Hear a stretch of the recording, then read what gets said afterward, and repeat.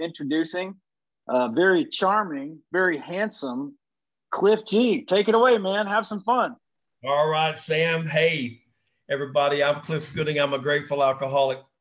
I'm sober since August the 15th of 2001. And for that short amount of time, I'm as grateful as I know how to be. And I want to thank Sam for reaching out and asking me a couple months ago to come and do this. And I really appreciate it. And it's an honor and a privilege to be here.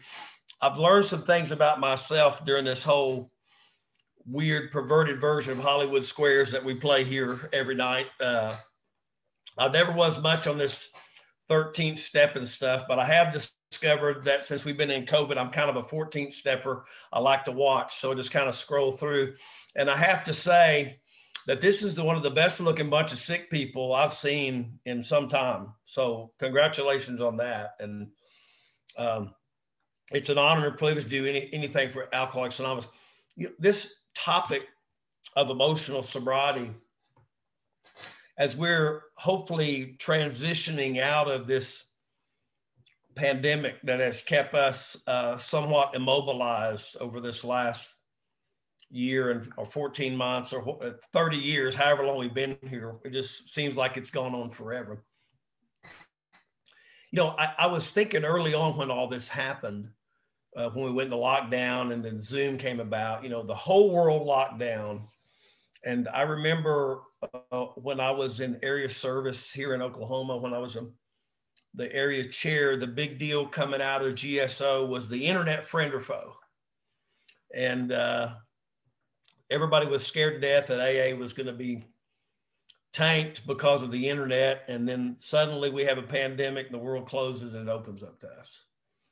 And I know, like most of you, we've had this ability to build these relationships with people, not only through our continental United States, but I saw my friend Arlene up here from Canada a minute ago peek in here. And, you know, I've developed friendships and relationships with people I've never pressed flesh with, yet I had this bonding relationship with them. And no probably segment of our society, and I mean our society as the world, should have been better prepared for something like a pandemic than alcoholics, because from the very first time we get here, we begin to learn about our very dependence is not on things human, but on God. And yet through this whole pandemic and knowing that and have talked about it for 14 months, still I have found myself in the last 4 or 5 months realizing how spiritually disconnected I am, yet somewhat, you would say, active in the fellowship still sponsoring people, still working with people, still answering my phone. But I had this realization a few weeks ago, and I sat my wife down. I said, I'm adrift. I'm here. I'm engaged, but I'm missing something. A couple of weeks ago, I went to Pennsylvania and led a men's retreat there. And the puzzle pieces got connected for me. There's no substitute for us being together. There's just none. We can talk about Zoom and it has been a great saving grace for us. But there's power in our collective togetherness. When we're together, knee to knee, you know, eyeball to eyeball, when we're pressing flesh together, there's no substitute for that. And I got some connectedness back, realizing what the disconnect was. And I'm one of these guys who would generally tell you that the fellowship is an important piece, but it's not the piece to Alcoholics Anonymous. Yes, yet as I have been separated from you, although connected virtually, separated physically from you, I find that my spiritual life, while I will tell you that I get up every day and read my readings over here and the books stacked up on my desk, I have still felt some disconnection because I'm not connected physically with you. And I don't think I'm alone in that. I don't think I'm the only guy in AA that's sitting around thinking, I'm here and I'm engaged and I'm doing and my feet are moving, but I'm missing something. There's a disconnect for me. And so I've had in the last few weeks this realization of how much and how important the piece of the fellowship of us being together physically really and truly is, at least for this alcoholic. And so I'm anxiously anticipating when we can all be back together again, because there's some power when we get together. And I'm not discounting there's not power when we get together electronically. But I think most everyone in this room would agree that there's nothing like sitting down with a newcomer or with people at your home group and talking to them and sharing real stuff, pressing flesh, and being there for each other directly. You know, the funny, I live in Oklahoma, and I live in Oklahoma City. Tulsa is another major metropolitan area about 90 miles to the northeast of me. There was a fellow over there that lived at one time. His name was Oral Roberts. He was quite the magnanimous preacher, evangelist. And he said one time that a 900-foot Jesus appeared to him at the end of his bed. And a guy wrote him $1 million check and got out of hock. Now, it's about 90 miles from here to Tulsa. I'm fairly confident that if a 900-foot Jesus had appeared in Tulsa, I could have seen that. I have a lot of confidence that, in fact, if it had been there, even though it's a long ways away, I'm pretty good at, I think I might have seen that. And I've never had any burning shrubbery in my front yard talk to me either. I've never had that happen as well. But I have been sitting in meetings of Alcoholics Anonymous where a spiritual message has been carried to me from people who are 2, 3, 4, 5 days sober. And that 90-degree, you know, that idea that God talks to me, this doesn't happen, but it does come down and comes out from you to me. And while this has been great, I'm ready for the day that we're back together. I really am. And I'm saying all that because it goes, in fact, with what we're talking about here tonight. And thanks so much, Veronica, for reading. You could have just read the whole book. I'd have listened. It would have been great. Because a big piece of that is about this emotional sobriety and our disconnectedness, even though we're connected virtually, our disconnectedness here. I'm a real live alcoholic. I drink every time I want to. Since August the 15th of 2001, something happened to me and I haven't wanted to anymore. And I keep doing what the old man told me I needed to do so that I don't want to anymore. And I'm hopeful that will continue for me. But looking back on my life, when Bill writes this and when I read it and think about all Bill Wilson had, he is, none of us are that far separated from the feelings and the responses that Bill Wilson had in his life to much my own. You know, Bill talked about placing dependencies on people. I think I've depended on people my whole life prior to coming to Alcoholics Anonymous, and have been somewhat guilty of depending on that here.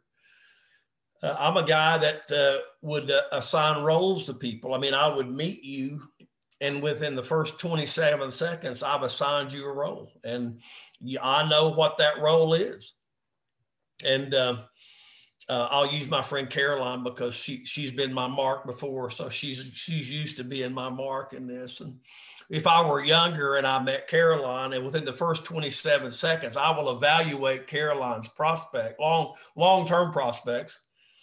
And in that 27 seconds, I will have seen us married with 2 kids, a white picket fence, and I've just assigned her a role.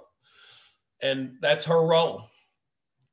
Now, Caroline and I, we get together, and of course it's hot and heavy. You know how alcoholics date. We date with a toothbrush and a U-Haul. So we just, go underground for about 60 days. And eventually we got to come up for air. And then I begin to notice some things about her. And the first thing I notice is that when we're with a crowd of people like you all, she doesn't stand as close to me as the role calls for. I mean, there's a script to how this looks. And she doesn't stand as close to me as the role that I've assigned. She just doesn't do that. I've also noticed this, that if we just erase all the women in this screen, it was just me, Caroline, and all the guys left on this screen. I noticed she doesn't take my hand as quickly as the role calls for when we're just around guys. And so I try to be really nice to Caroline because she does have some star potential, and I'm trying to, so I try to be kind to her, but if she doesn't get it, you know, I'll just be a total jerk to her to get her to move to the spot that I need her to move. And Caroline may be one of those people that just wants peace at any price and just move so that she doesn't have to incur that again. But after about, you know, another 30 days, I get tired of having to give all the cues. I mean, she's worn me out. I mean, it was the star, but it just kind of faded there. And so I don't know how you all do, but when I see my starlet is not going to measure up, I just go get a couple of understudies and put them in practice to try to get them groomed up to be the next star of the show. And of course, Caroline finds out about this and she's none too happy about it. And so what she says is, you know, screw you, I'm out of here. And she leaves. And as soon as she leaves, I say this, good. You know why? Because she didn't get it. You know, Dawn, you could tell this story better than me. She doesn't get it. She just doesn't get it. And the very next thought is this: my God, I'm going to be alone the rest of my life. And it's been that way my whole life. And I use Caroline because she's my friend and she's my wife's friend. So I have several amends to make to her whenever I see her in person again. But it's the stark example of how my life has been. It's the easiest example to explain how I've assigned roles to people and relied upon them and depended upon them to play the part in my life to make me happy. And I would like to tell you that it only existed in my life with my romantic relationships, but I did that with my parents. I looked at everybody else, looked at their parents and looked at their circumstances, where they lived. And I assigned a role to my mom and dad that this were the expectations I had for them. This is what the role that they needed to play to be my parents. And I want to tell you that in my mind, in my childish alcoholic mind of a kid, they failed miserably. Now today I look back and think what a wonderful childhood I had and what a great life I had and how much they loved me and did everything for me. They were wonderful parents. But at the time, I've assigned them a role. I did that with my brother. I've done that with my friends. I've done it with everybody, my employers, people I work with. I've done it with everybody in my life. And I place demands upon them of how they need to act in order to make me happy. This is no new concept. I mean, we talk about this in step 3. It's replete with that, this idea that somehow I could wrest satisfaction and happiness out of this world if I can only manage well. You know, if I can get you all to play the parts that I've assigned to you, I'm going to be happy. And you might be marginally happy, but I really don't care whether you are not. It's the big deal is whether I'm happy or not. And one of the things that Bill talks about here, he talks about these things becoming demands. And if we look at the 4-step inventory, we begin to see, for me anyway, I begin to see some of this stuff play out. When I look at, you know, who was it? What did they do? And what does it affect? When I look at what does it affect? What that really is talking about are my desires. I mean, you look at the column and the big book, it talks about pocketbook. I have a desire that my pocketbook stay full. My sex relationship, I have a desire to have a lot of sex because that's what that's talking about, right? Because I'm selfish and self-centered. My pride, fear, I'm afraid I'm going to lose these things. It's going to affect my desires. And the trouble with what Bill transitions to, he says, there's a piece of our puzzle here that as I begin to go through life and these desires in my life, because alcoholics, and I believe this to be true. You don't have to believe it, but I believe it to be true. It's my experience here. In the book, I think bears this out. It says things to us in our book, things like the alcoholic is the extreme example of self-will run riot. It says more than most, the alcoholic leads a double life. And so the things that we feel, see, the things that we encounter seem to be more exacerbated or experienced at a different level than the average person might be. And so what happens for me is I have these desires, and somewhere in here they're not being met, and they become demands. And Bill alludes to this in this letter he talks about, the demands that he has. I demand Caroline act this way. For this relationship to work, she's got to play this part. For me to have a happy childhood, my mom and dad have to be this way. This is what I have to have. Did you ever want something as a kid and your mom and dad say no, and you just pester them? Just wear them out till they finally give in and say yes. I did that with like an electric guitar one time. I bugged my dad. I can't play the guitar. So, but that's irrelevant. I mean, that doesn't really, if you want something, it doesn't really matter if it's functional or not. You just want it. And I just pestered them until they eventually so they didn't have to listen to me anymore. I think they just got it for me. Never took one lesson. Still to this day in my house, I have it here. But I just thought it'd be really cool. I thought, this is the deal. I get a guitar, I automatically can play it. And I'm going to be Jim Morrison. It's going to be great. It's going to be, because I'm delusional. You probably have figured this out by now. I'm delusional about my life, and I'm delusional about stuff. And so my desires become demands. And then my demands don't get met. But if the demand is such that I'm really, truly focused on it, then it transcends from desire to demands to obsession. And when I look at my life, when we talk about emotional sobriety, desires have become demands and have become obsessions in my life. I can be guilty of that in sobriety, and have been guilty about that. And you're going to hear about that a little later on, but can be guilty of these things in those what we perceive as what the effects are. Those are all desires that become demands and then transition into obsessions for me. And I don't know about you, but I'm a guy that I don't need any booze in my system to begin an obsession. I mean, I can just get one just like that. I can get focused and I'm gone down a rabbit hole about it. And so all that stuff happens to me. I have these, what I call management tools that I learned, that I just learned. I don't know where I learned them from. I came to AA, you guys wanted to hang a bad name on them, call them shortcomings, stuff like that, lying, cheating, stealing. Those were just management tools. That's just how you get through life, right? I mean, just what management tools did for me, what shortcomings did for me is they give me like what booze did for me when I'm restless, irritable, discontent, gives me the sense of power. I lie to my friend Dawn Marie. I lie to her and get one over on her. I get a sense of power. I cheat Chris out of something. I get a sense of power. It's fleeting. Don't get me wrong. These are all fleeting. But I get a buzz of power. I steal something from Roy, but I'm not a bad friend. Hell, I help him look for it. I mean, I'm not that guy, but I get one over on him. I get a sense of power, but those things are fleeting. The practice of character defects are fleeting. And they lead me because I become disappointed because it didn't sustain.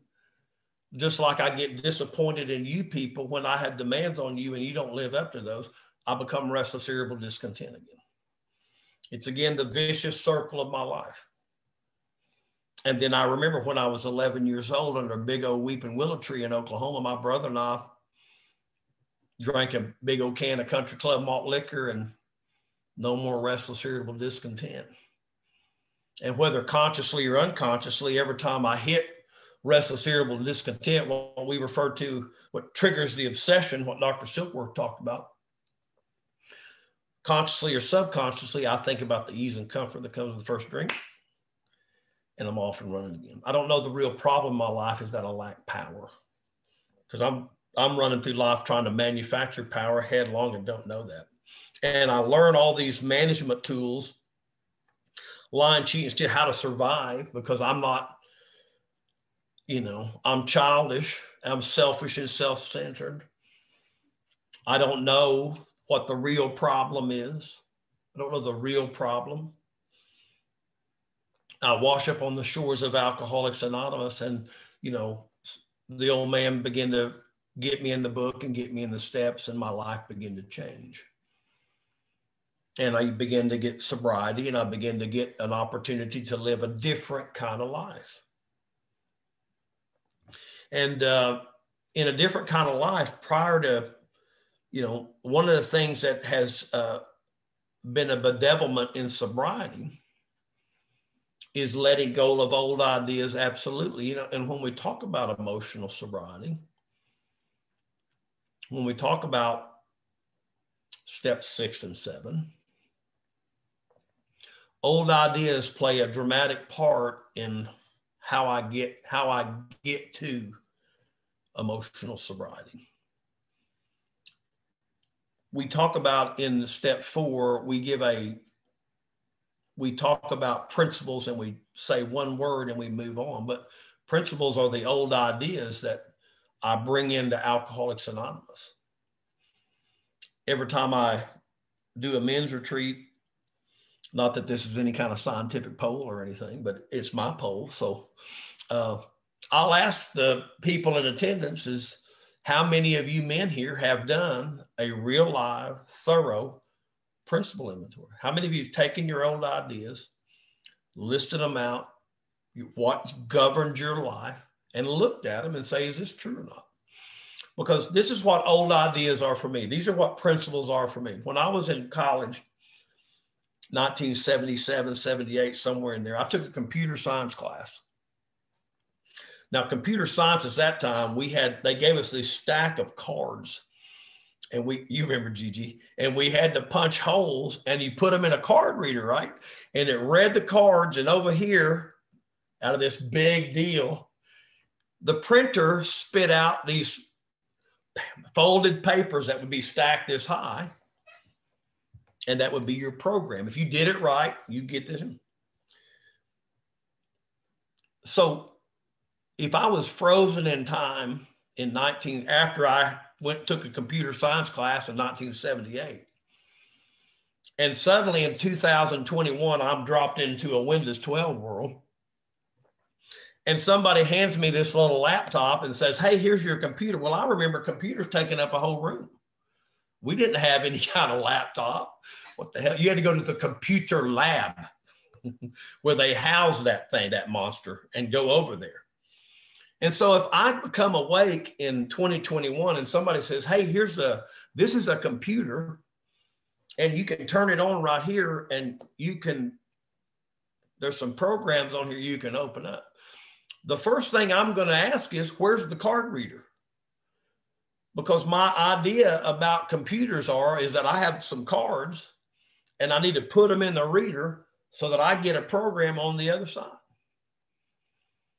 This is not unlike what I've been living my whole life, and suddenly get sober, and I wake up in AA and all I have is what I've been living with, in my case, for 41 years.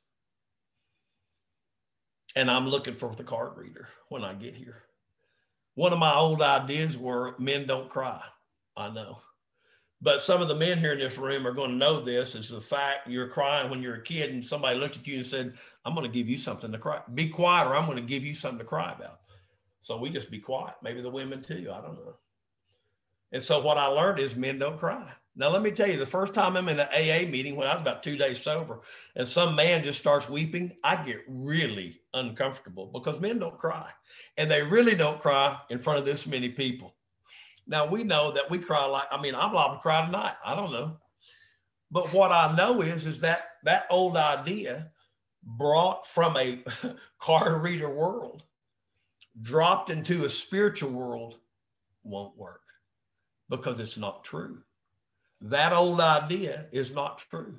And I'm going to tell you, when I come to Alcoholics Anonymous, I got a bag full, maybe 2, of old ideas I drag in here of how I think, how I know things work. I don't need to think it. I know this is how it is. And some of those I'm willing to stake my life on this is how it is. I love what Larcene says, you know, information floats through the universe, lands on my head, and I just begin to take action on it. It's just the truth, right? And so I drag old ideas into Alcoholics Anonymous, and I wonder why I'm having trouble here. I'm sober. I'm sponsoring people. I'm going to damn AA meetings. You know, I'm down at the jails, at the treatment center. How come I can't stay married? You know, one of my old ideas used to be, if you got a wife, you need a girlfriend. That's just how it was. I mean, you got to have that. You know? I got to tell you, my wife today doesn't think that's a good idea at all. She thinks it's a pretty poor idea. But these are the kind of things that I come to Alcoholics Anonymous with that don't work in this spiritual world. And when we talk about emotional sobriety, and Bill alludes to it here, he's talking about, how do I take these principles that have served me for 41 years in my case? How do I take those principles and unlearn them today? How do I get rid of those?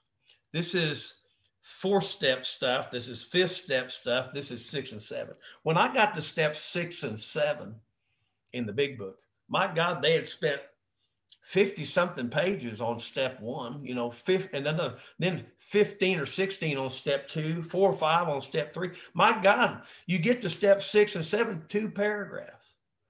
That looks like the free space on the bingo card to me. I don't know about you all, but my God, this is, so let's say a prayer, get willing, let's go. I'm ready to move on.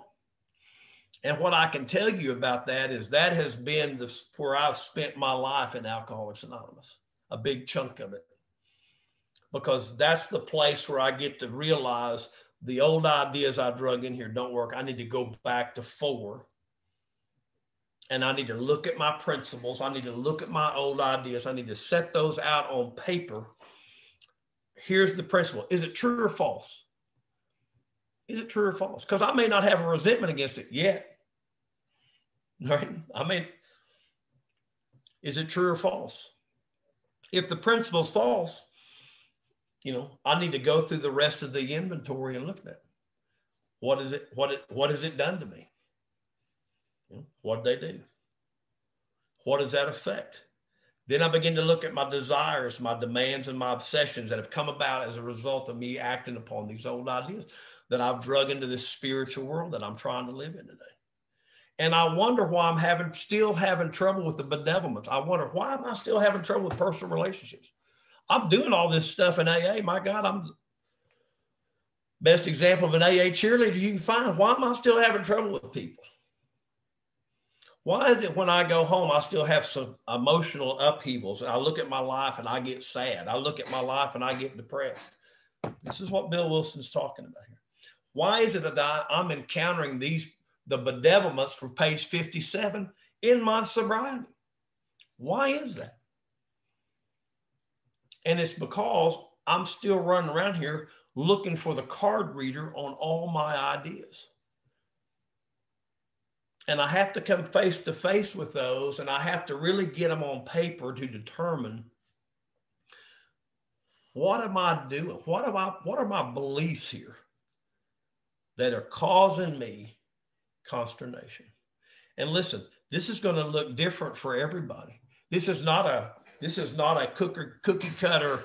Well, men don't cry, and you know, you just got to put your boots on tight or whatever. You know, this is one where you have to sit down and really think about your life.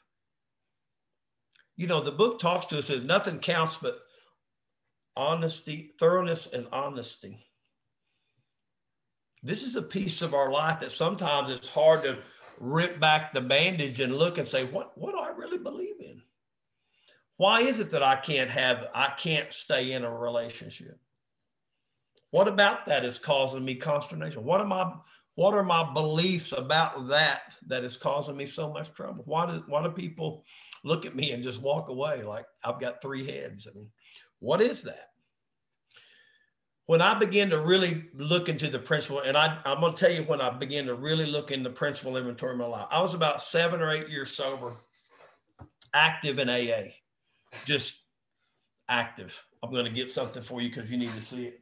It's retired now, but this is my AA police badge. I just want you to know I still have it. It's very important. It's been bronze now, but I have it.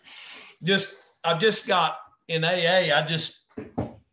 I got very didactic in my approach to alcohol, very legalistic in my approach to Alcoholics Anonymous, and I stopped sharing my experience, and I began to tell people what to do.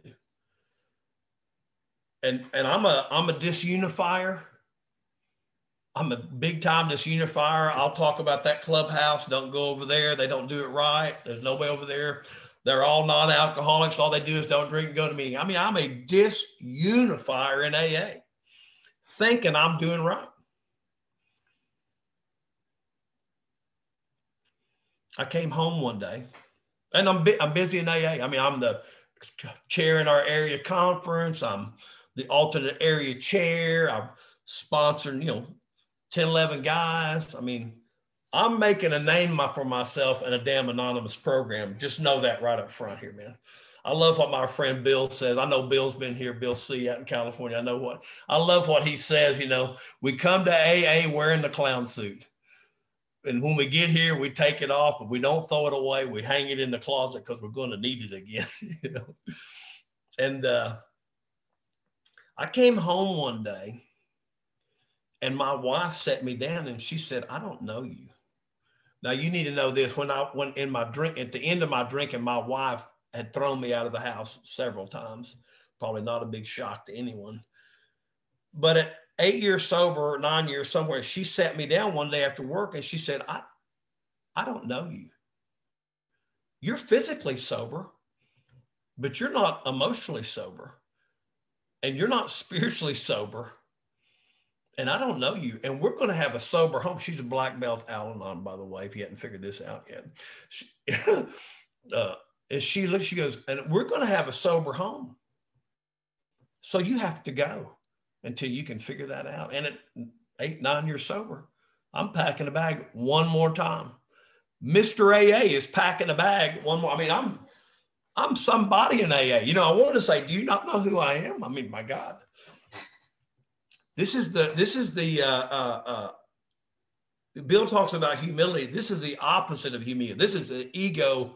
This is being over sober in AA. That's the only way I can tell you. I'm just over sober. And I had to go live with a guy for about 2 or 3 months. But I've learned this in AA, that when somebody says to me that really loves me and cares about me, says to me, "You got a tail," I need to turn around and look at it. I need to look and see if I got one.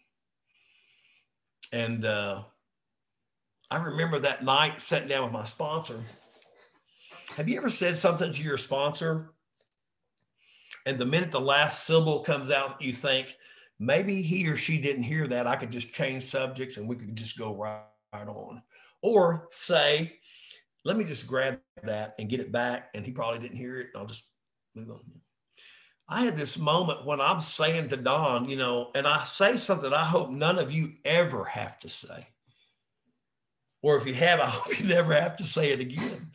I hope I never have to say it again. I said this, Don, what I need to do is get back to basics, as if we have an upper level AA here that somehow I had ascended to. And there was hope for you heathens that maybe one day you could get there too. But I kind of transcended all this other stuff, And as it came out of my mouth, it's like God had a little mallet and just popped me right on the head. And it went out, and oops. And it hit me. It just struck me that, my God, that's all we got here.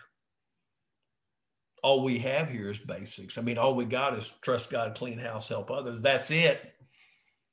There's no status here. I mean, we don't ascend to something where there's no gurus in AA. And man, I'm going to tell you something. I mean, it was a stark reality for me. I mean, it was a check. We talk about deeper surrenders here. Emotional sobriety, recognition of that becomes a deeper surrender. It's the, they could have just called AA Grow Up. Really, it could have just been, are you going to go to that Grow Up meeting tonight? Yeah, I think I'm going to. I mean, seriously, they could have just called it that and called it good. Get that Grow Up book. They could have just given me that dang thing in the nursery. If they had a pop-up version, they could have given it to me there. It'd have been fine. That's about all I'd have needed. But what Bill talks about here, I think is what I have experienced, and I'm sure you all have experienced here, is this: I keep bumping up against myself in AA, and why am I doing that? That experience right there got me back in the book. And back in the book, when I found that one little word, people, institutions, and principles. And I thought, what does that mean? Because I got to be honest with you, on my first inventory, on the real inventory I did, and I've done a couple after that, principles, old ideas, never scratch the surface. They don't make the list. But I'm going to tell, this is my truth, and it might be you all's truth too. I don't know. If you got a newcomer, you could give them pencil and paper and say, you got an hour, write down everybody and everything, the fears and the people you slept with, all that sex stuff, write all that down. In an hour, we'll knock it out. You know why? Because every time we start drinking, we tell everybody about it. I mean, it's not like it's some kind of big secret. I mean, I would go to a bar and do the first 3 columns every time I drank. I find somebody that'll listen to me. I go through the 3 columns. I have a 4th column, but it is what I'm going to do to get even or one up, because we don't just get even, we get one better. So it's not like, my experience is, it's not like I get here and I've got to really think about who I'm mad at. Who really am I mad at? Because I've been telling everybody my whole life. It's no big secret. But the principles, those are the things that are driving me crazy. These are the things that are killing me in AA, and I don't know it. These are the things that are driving 6 and 7. And I just looked at the free space on the bingo card, said, yeah, I'm willing. Here's my list. Here's my list, sponsor. I made these. I'm willing for God to have them. Got on my knees, said the prayer, and I moved on. It's the free space on the bingo card, for God's sake. Once I began looking at this inventory on principles, everything changed. Everything changed. Because I really began to look at my core principles, because in step 10, it talks about us. When we get to step 10, it says our next function is to grow in understanding and effectiveness, which seems like a worthy goal. And then down to the bottom of that paragraph, it says something like this: love and tolerance of others is our code. I'm going to tell you, I'm going to struggle with love and tolerance, because I've got all these old ideas about how this should work, how you should be. I got an old idea about men, women, everybody's role in society, what's right, what's wrong, all that stuff. And if you're sitting here not saying, oh, well, hope that didn't happen to me, I got it. I'm owning it, man. I got ideas about how all that stuff works. You turn me loose. Somebody told me one time, said, Cliff, if you was ever president, it would be a bad day. I said, why is that? He said, it'd be nuclear war by 1, because at 1 o'clock, you're going to have everybody pissed off, because I've got an idea about how it needs to work. Right? That's what I drag in here. This is what's causing me problems. This is why I fail at emotional sobriety, is that I'm unwilling to look at the things in my life which are causing me consternation with my personal relationships or how I view the world. I got to tell you, Clint Eastwood and John Wayne, God love them, and I watch their movies every time I can, but they almost kill me, because that's what I think a man's supposed to be like, right? I mean, we look at stuff in our life and we think, that's it. This is what a man looks like. And I look at myself, I'm looking at John Wayne's like 6'2". I'm 5'6". I don't measure up. So I'll check that off the box. That's a failure. And here we go. And that seems like such a small thing, but it stacks up over time, and that gets late. layered on other old ideas and it's layered on it. That transcends into other areas of my life. And it's like it's like jumping into a pit of, you remember there was Caroline's going to remember this. There was a kids show they used to have, they poured it on people called GAC. You remember that, Caroline? What show they dumped this stuff on people? It would stick all over. I've got to be willing. Step 6 says that when I look at character defects, I have to find them objectionable. That's it talks about willingness. Well, I can be as willing as I want to be, but it says I've got to find these things objectionable. And if they're not objectionable to me, I can have all the willingness in the world, but I ain't letting go of them. Just be as willing as I could possibly. But if they're not objectionable to me, I'm not turning loose. Today, the meter on objectionability is the pain I'm causing you. I don't like to sit down with my wife and look at her and see the pain because of my behavior, because I'm acting on old ideas again. Character defects circulate around an idea that I believe works. I had a sponsor call me about 3 weeks ago and asked me a straight out question. You know what I did? I got afraid and lied to him. Just like that. Easiest thing ever. And I hung up the phone and I sat on that for 10 minutes. And I called him back and I said, you know what? I just lied to you. I can't sit on that today. Old ideas about trying to look good here doesn't serve me anymore. I got an old idea. It's more important to look good, right? I got to look good. Nobody comes to AA and survives this looking good. I've discovered that. There is bedwetting and booger eating to be told here, and we lay it out to people, and we get it out, and nobody looks good here. Sam looks pretty good, but I don't look that good. But to get spiritual maturity, this emotional sobriety, there is a necessary process that I've got to find these things objectionable in my life. I'll never be able to grow in understanding and effectiveness ever if I don't learn how to love and tolerate you. You know how I learned to love and tolerate you? I got to get rid of old ideas. That saying that we have in our book that talks about live and let live. It took me forever to figure that out. Live and let live. That means whatever Veronica's doing is just peachy keen with me. That it's great. It's wonderful. Because it's none of my business. So just live and let live. If that makes her happy, great. People don't, that's the thing about today. If it makes you happy and you're having a joyful life, it doesn't matter if other people don't understand that.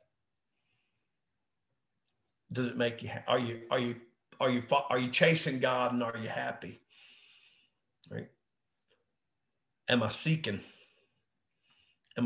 this power that had eluded me?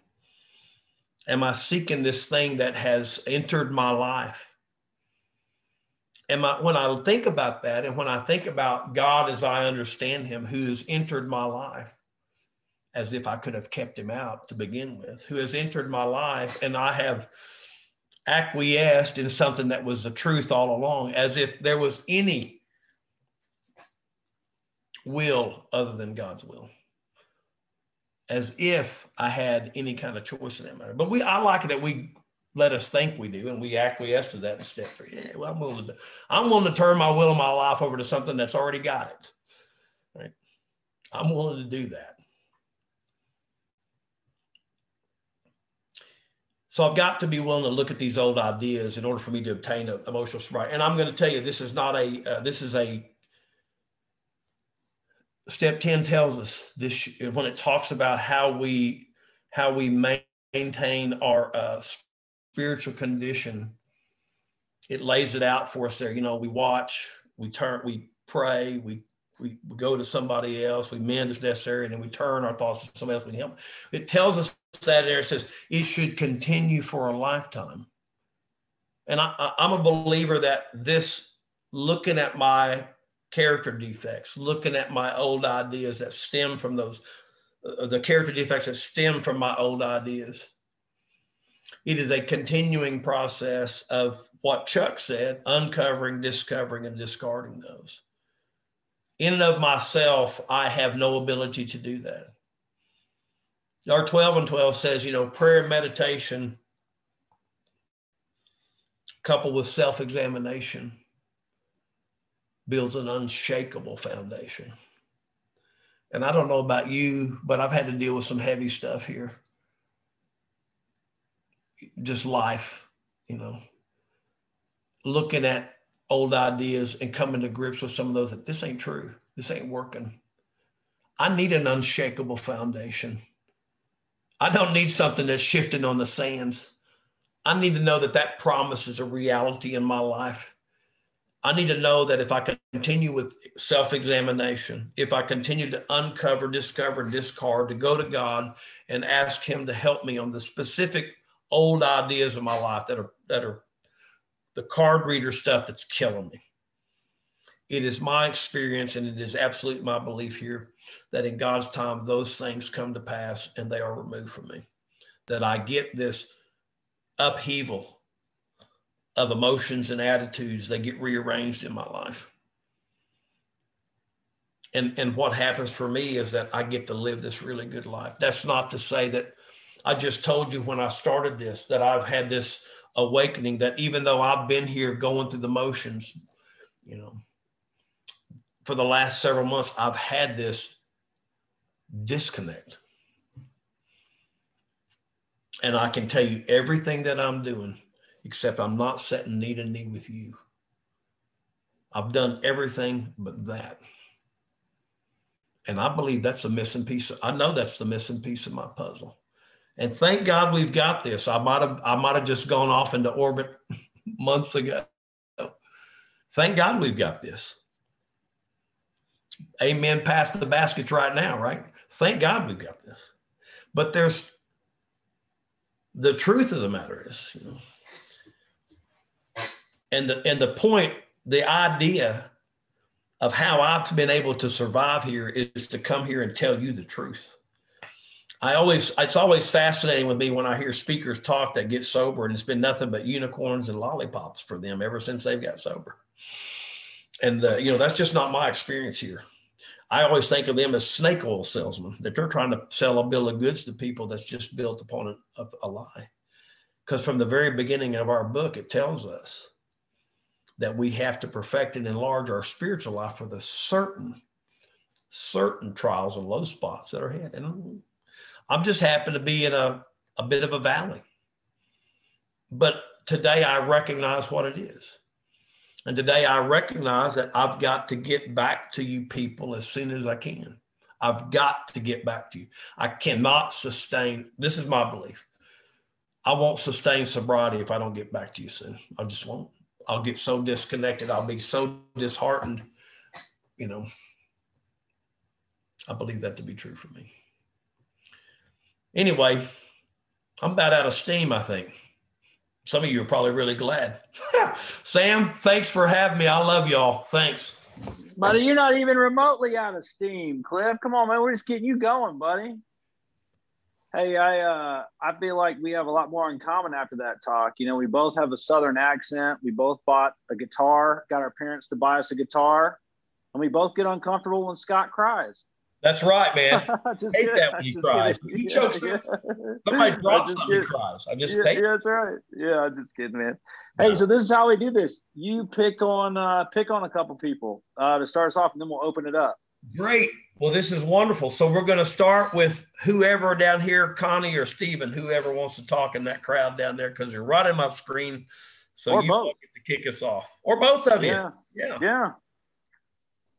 That's how I roll. Oh my gosh. Hi, Cliff. That was fantastic. I totally enjoyed that. Good evening, all y'all. I'm Connie, and I am an alcoholic. Oh, this is one of those times where you sit down and you listen to somebody speak and you think, I so needed to hear all that. Old ideas and principles and beliefs. And my sponsor's sitting on this screen too, and I'm looking right at her, so I cannot lie. And I got to tell the truth, and that there's a principle that I believe to be true in my life about the way I think things need to look and a role that I have assigned to somebody. And she is not acting the part. And it has caused me some trouble for a few months now. And it's getting ready to literally be in my face next week.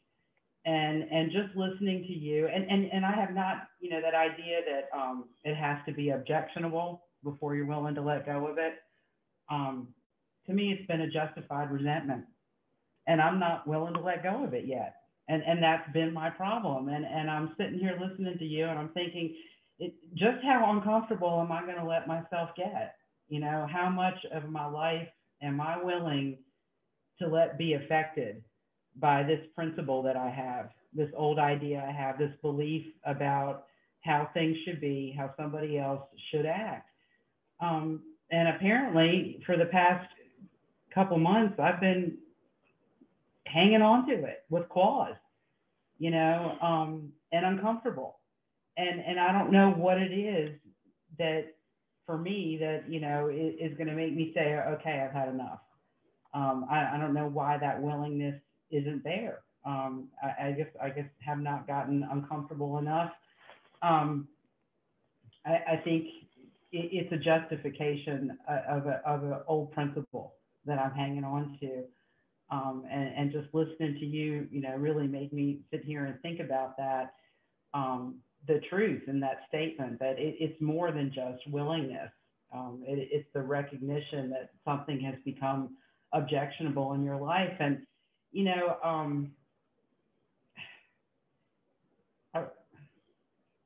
I get hung up on that idea about love and tolerance is our code. You know, I think, and I talk to my sponsor a lot about this, I think it means that I'm supposed to be nice. And I think it means that I'm supposed to tolerate everything. That and I push back against that. And I think that I do, because again, it has to do with those principles that I'm holding on to. Anyway, that's all I have. Cliff, thank you very much. I absolutely enjoyed that, and I want to hear what everyone else has to say. Stephen, you just seconding that with a thumb. That's all you got. Hey, there was something you made me think of something, Connie, and that, you know, I can have new old ideas, and a new old idea that we sometimes get here. Maybe you all have experienced this. If something happened, you think, I should be further along than this, right? Wherever we are, whatever problem we hit, we think, I should be further along this. And I don't know about your book, but in my book, there's no graph in it that says, at this point, your spiritual development should be here. Because what we know is that there's always, it's like walking up. Spirituality for me and seeking God is a lot like walking up a down escalator. If I'm walking, I'm making progress. And the minute I kind of take a break to look over there, back down I go again.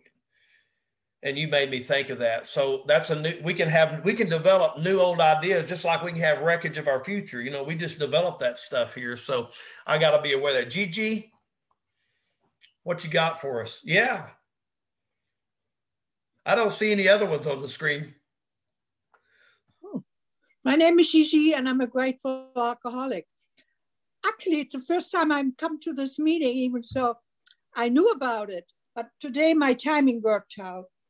But I've already been to 2 meetings today. Now, emotional sobriety, the reading, I remember when I found it in the grapevine. I'm a grapevine reader since I got sober. And I just loved that reading, and it just made me peaceful. But I also knew what he was talking about. And for me, Bill Wilson is a total miracle. Mm-hmm. This man is doing exactly what my sponsor told me, and you said it even in your speech. When I came in and I had so many issues, she said, take a piece of paper and write it down. And then she said, take a piece of paper and write down your gratitude. And I remember my mother used to say as a child, child, be grateful. And I say, what for? I remember it. it's my old way, you know, the old attitudes. So for me, reading Emotional Sobriety is already a gift. Bill Wilson did exactly all his life. He took a pencil and a paper and he kept writing down. What a gift. Of course, he was a very good writer. You wouldn't want to look at my writing, but I keep doing it too, a little bit, but not like what he does, put a book together and grapevine articles. But he's given us such great gifts to keep going, you know, one day at a time. Now, I have been very blessed. I live in Princeton, by the way, and in Skillman, and we have a club, 24-hour club. And we have had an open meeting all along. So I understand what you're talking about. I feel very blessed that I had a live meeting and I went to the Zoom meetings. You know, it's great, these Zoom meetings, modem to modem. That's, I think in the 4th edition, they say that in 1970. And that's what we're doing, modem to modem. And I laughed about you being in computer science. I was already sober I got sober in 1976. My husband is now checking me out. He's not in the program. But I remember these machines, you know. So for anybody, you know, love and service, that's what we're doing. That's what you're doing. We are of love and service, but I am very critical too in my brain. What I have to keep learning is don't judge anybody. You know, you talked about Charlie C., the one who's not with us anymore. And boy, this book, my sponsor, I still talk to my sponsor. She's 90, I'm 80. And we've been sober a long, long time. She one day said to me, oh, I found this great book, A New Pair of Glasses. Oh my God, it's amazing. And you know what I just found in the big book, which I mean, for years I've been looking at the big book. After the 9th step, he says, before the promises, as God's people, we stay on our feet. We don't crawl before anyone. Oh my God, I'm 44 years sober and I never saw it. Great. So we keep learning every time. When I listen to people, I love listening to Alcoholics Anonymous. We keep learning, and that's the gift. I never learned when I was drinking. I just went down the drain, you know? And people used to say, why don't you learn something? Why don't you do? I didn't learn anything, only alcohol and blackouts. That's all what I did. Today, I know it would have killed me if this higher power wouldn't have taken me. I always think he took me here on my hair, pulled me up out of the bars into AA. And I had to make amends to my sponsor because I used to scream at her.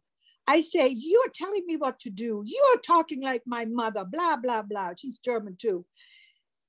And you know, today she says, Gigi, you were always willing.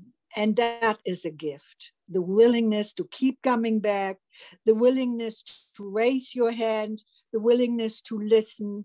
And you know, in the old days, they used to say, bring the body and the mind will follow.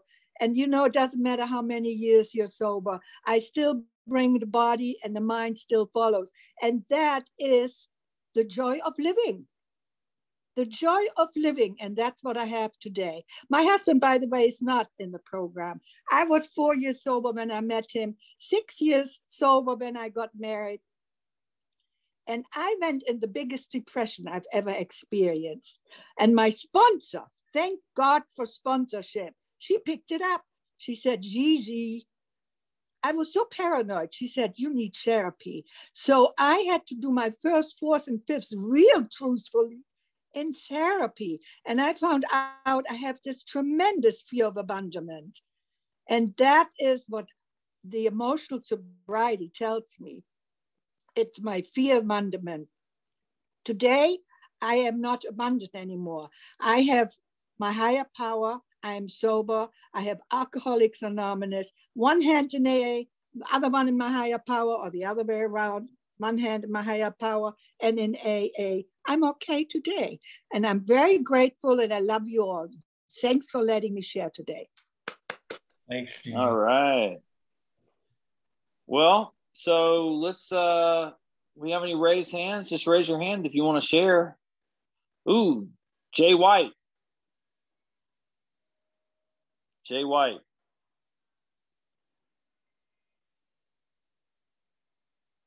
You there, buddy? You're still muted, Jay White.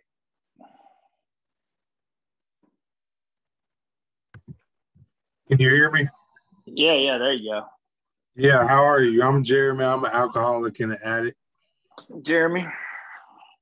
So this is a friend of mine gave me the information to this workshop tonight. I was just listening to Cliff. I'm here in Nashville.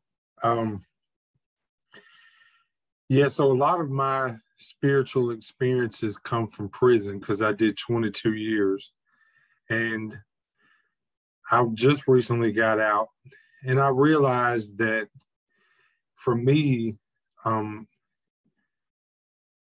the experiences have been tangible because I've seen what God has done in my life, coming from prison and being able to navigate that and be back in a society where everyone does a lot of talking, but they don't listen. When I was listening to Cliff, a lot of things came to my mind about expectations. And there's so many expectations these days from what I've observed. And when I left prison, I was still drinking while in prison. And then when I came out, because I hadn't had any real life experiences, I got locked up when I was 19. I found myself in a world wanting to have experiences with friends and family, and everybody was drinking. And it seemed like that it was the obvious thing to do. And the desire that I have is to be a better person, to be a better man, to not allow the behavior that I had in prison to be the behavior that is what I put forth out here. And so the place where I'm at, I knew that if nobody was going to hold me accountable, that I had to hold myself accountable. And so I took the steps and I expressed to the staff where I was at what was going on with me, what I had been doing. And I felt like that was the honorable thing to do, because there's no integrity in thinking that, well, if I get away with it, I can continue to do it. There was zero integrity in people that are trying to help me to be a better person. And then I can think that, well, it's okay to get out here and drink or use. So I get what he's saying about having the obsession, because there was a desire to fit in, to be. There felt like that there was a demand. It seems like there's so many expectations, and it does become an obsession because you want to be successful. You want to live. You want to be someone to make your mark. But I realized that if I didn't choose sobriety first, that I'm nothing. And not only that, the more that I, began to pray, and the more that I began to think about my walk in the Spirit, it's not what God wanted me to do. It's not where he wanted me to be. So I feel like I'm in the right place and I'm taking the right steps as it relates to accountability, and saying to myself that surrounding myself around people that care about sobriety is the most important thing, but also people that believe in a higher power. That's important, and especially people that have had years of sobriety and believe in integrity. Because taking the steps that I'm taking out here now, trying to get in the field of reform, trying to help men that have been in similar situations, women as well, and trying to get the legislatures here to realize that there's so many things that we could do that are beneficial to men that are going through the reentry process and women. I can't get in front of these individuals and preach reform or to say that these are the steps that we need to take and I'm not taking them. So I'm here just to share that I did take accountability. I've been sober for now a week and a half, and it's since the 13th. And I'm thankful for that. And I'm thankful to have people in my life that care enough about me to support me in a positive way and not be negative. And know that, you know, coming from a circumstance of 22 years to freedom at the age of 41, it's difficult. But I just wanted to share that. Thanks for letting me share. Thank you, Jeremy. And we've got a lot of men here who put their, information in the chat box. Take down some of these numbers, man. A lot of people here would love to be a part of your support system and walk with you and all that. Stephen? Hi, thank you. Steve, alcoholic, visiting from Phoenix, Tempe area. Cliff, always a great job. I love you. God bless. You were talking about objectionable behavior. And I thought of something that I was taught was that if somebody treated you that way, would you object? And I would run it by my sponsor, and he said, well, if somebody treated you that way, would you object? And then naturally I had to say yes. So I would put myself in the doghouse, you know, and these were the little tidbits that I was blessed to have. And another thing you mentioned was in step 10, and in step 10, it tells us that these things are going to crop up. You know, these things are going to come back.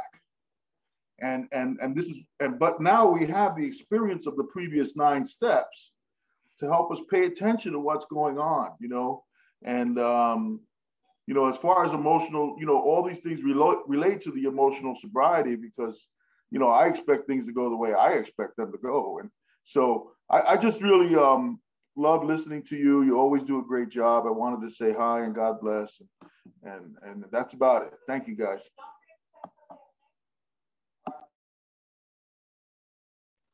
Thank you. Let's see who we get to pick on now. What about Kathy P. in Boulder? Hey friends, I'm Kathy. I'm an alcoholic. Great to see you. Thank you, Cliff, so much for what you had to share. Our old ideas, that's a fabulous way to consider emotional sobriety. And I think of, how'd you put it growing up? It should just be called the Growing Up book. And one of the things that I was in the beginning of my sobriety is that, the whole I didn't know what I didn't know. And as I walked through the steps and walked through the process, I came to a point in my life where, and it was a series of things, the biggest gifts I have, or the biggest teachers that I've had, have not always been the pleasant experiences of life. And what I've been taught in Alcoholics Anonymous and through guidance from others and through my sponsors directly is that we sort of lean into it. We lean into the wind, When I had this extraordinary experience 20 years ago, I adopted AA's preamble as my mission for life. My primary purpose, not my only, but my primary purpose is to stay sober. That's it.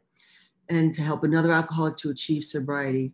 I did not get that giving and receiving were one. And then I give to get. And some of some circumstances of my life have been challenging. And I'm on the receiving end now of the giving cycle. And I got to tell you, it's harder to receive than it is to give. And I've had to learn to say, yes, I need help. And thank you so much. I appreciate your help. I appreciate your love.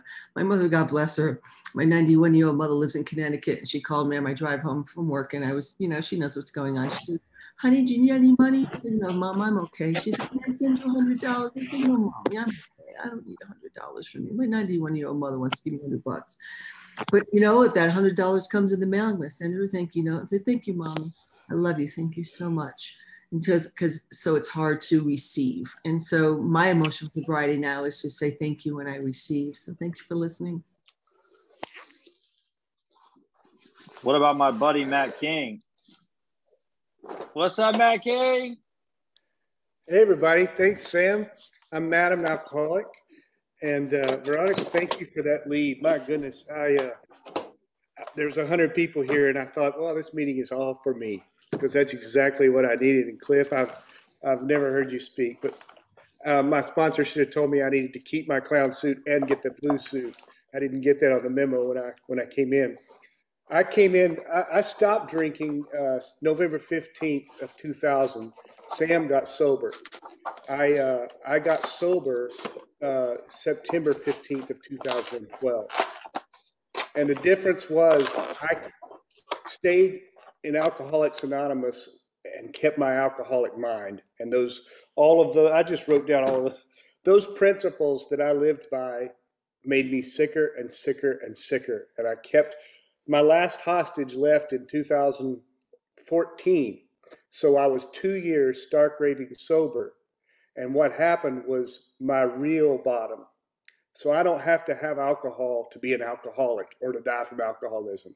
Because in 2014, I had to go away for a month because that was the real bottom. I had pushed everybody away. I'd put unreasonable demands on you. I had no family, no friends, no job. I had these four walls, and that was it. And I was 145 pounds.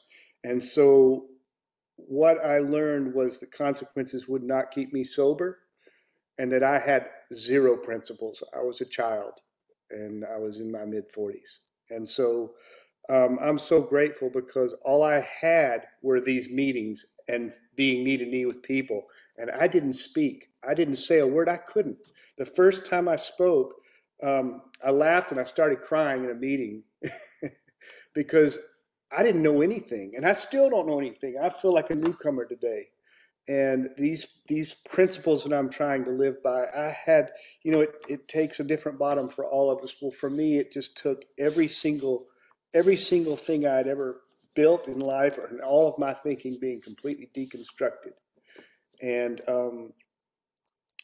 I'm just so grateful to be sober today, because I do have the life I see you people living, and a lot of things are happening, positive, negative. But more than anything, I do have a God that I don't understand. And most of my life, I was one snake shy of salvation, because that's the kind of family I grew up in. And today I have a God that understands me that I don't understand yet. So thank you for letting me be here so much. All right. If you patiently endured this entire meeting and you think that, we've only got 9 minutes left, so don't cheat yourself out of hearing Roy Hauser from North Carolina share tonight. Roy, give it to us, man. Thank you, Sam. I'm Roy Hauser. I'm a grateful alcoholic. Thank you, old friend. If I'd have known you had that many hang-ups, I'd have treated you nicer. I love you, Cliff. You hit on some good things. I had a sponsor for over 20 years by the name of Brian Bivens. And probably Gary's the only one in this room that ever knew him, but he burned into my brain that you must continue to change. I heard him say it 1,000 times. It makes no difference how old you are, how long you've been sober. You must continue to change if you want to continue to receive the fruits of this fellowship. And I believe that more today than I ever have. About a year ago, I got involved with a group of guys, and we share a 10th step every night. And that has made all the difference in the world in my life. I've done the 10th step, but I've never done it this way. And I have learned from 7 other guys how they live every day, and it's made a difference in how I live my life. I have begun to understand what it means to be aware of my actions and my behavior all day long. I know that tonight I've got to tell 7 other guys how I spent the day. And I'm damn sure not going to tell them I owe somebody an amend, or that there's 14 character defects I didn't do anything about. So it's made a lot of difference in my life. But I love what you had to say, Cliff, and you're an old friend, and I appreciate our being together all the times we were, and I look forward to seeing you again. Thank you so much. Hey, Camille had her hand up earlier. Just Camille from PA, did I miss you? Hi, everybody. My name's Camille. I'm an alcoholic from Pennsylvania. All right. I'm like in my, okay, oh my gosh, I'm in my jammies. I like crawled out of bed to hear you, Cliff. I really, oh my gosh, you've been so instrumental in my recovery since I met you on Zoom months ago. I'm just coming up on 11 months. And I love the way you said that, the ideas of how people should act. Oh my gosh, that never occurred to me that I did the same thing until you said it. So that's how I did people. You should act this way. This is the way you should be. And this is the way it goes. And wow, I have a lot to work on. And I look at the bedevilments, and I was always so full of fear. I just did a 5th step recently, like within a week. And I had 4 pages of fears. And what occurred to me is if I wasn't so full of fear, I probably wouldn't have had so many resentments because they were foolish, some of the things. So I have a lot to work on. I don't want to live in the bedevilments anymore. I don't want to be a prey to misery and depression. And a lot is going on in my life too. And God's just blessed me so much. Thank you for letting me participate. Thank you, everybody. And I'm glad I got out of bed for you, Cliff. You're worth it. Thank you, sweetheart.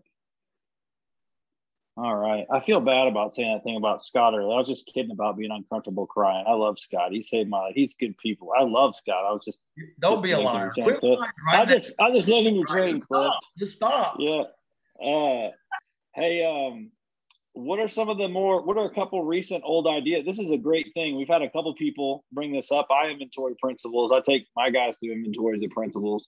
But I mean, a lot of people haven't been exposed to that. What are a couple of recent principles that you found, past 10 years that messed you up? You talking to everybody? You're talking to me? I'm talking to you. Damn it, man.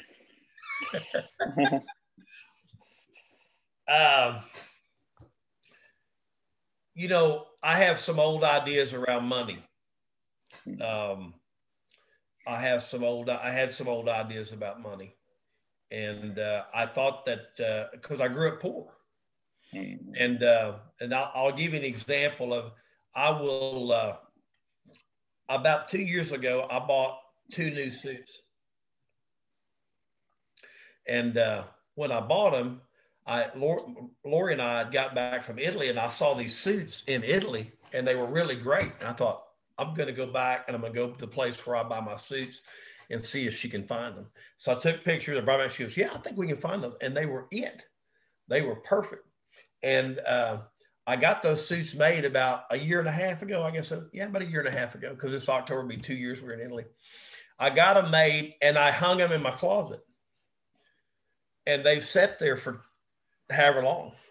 And I thought, I got to wait for the right time to wear those because they're special suits. My mother, when I was growing up, because she was a Depression era child, this is a good example. Lori and I, about 15 years ago, when she was still alive, on Thanksgiving, we went down, we bought her this big platter at Thanksgiving for the turkey and everything, from Williams-Sonoma. Nice.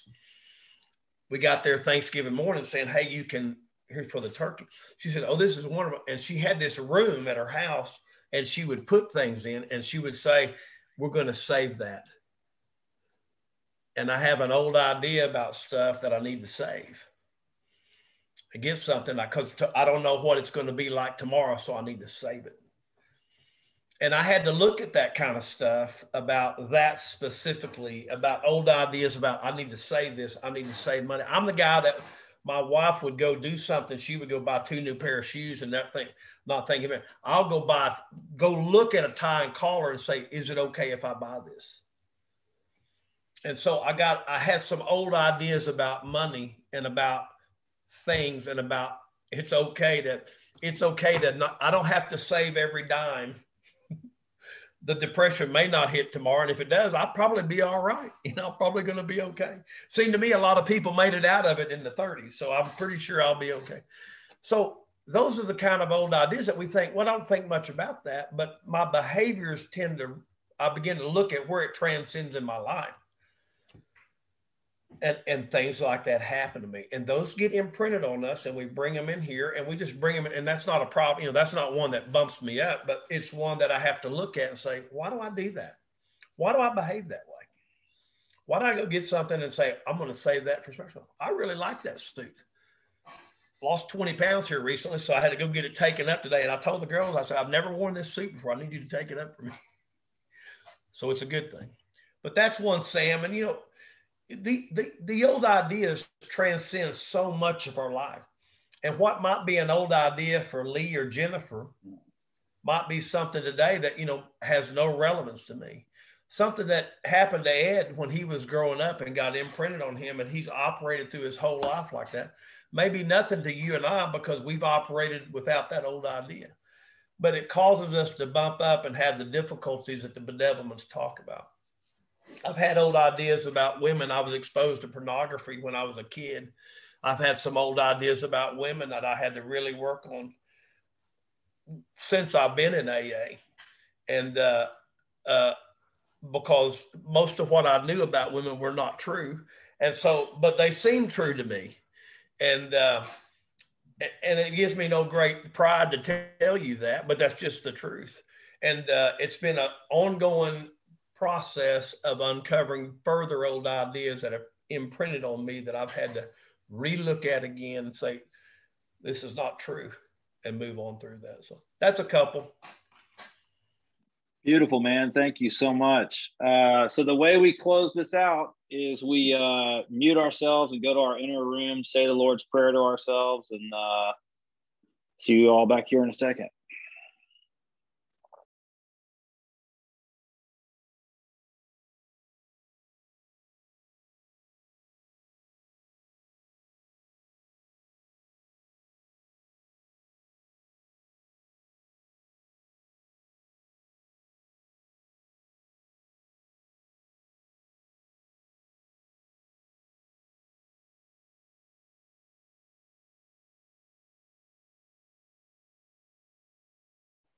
Amen. Thank you for a great meeting. Thanks, everybody. It was a lot of fun. Thanks, Sam, for inviting me, man. I had a good time tonight. Thank you all. Thank you, buddy. Thank you so much, Cliff. Good to see you again, Cliff. Thank you, Sam. It was great.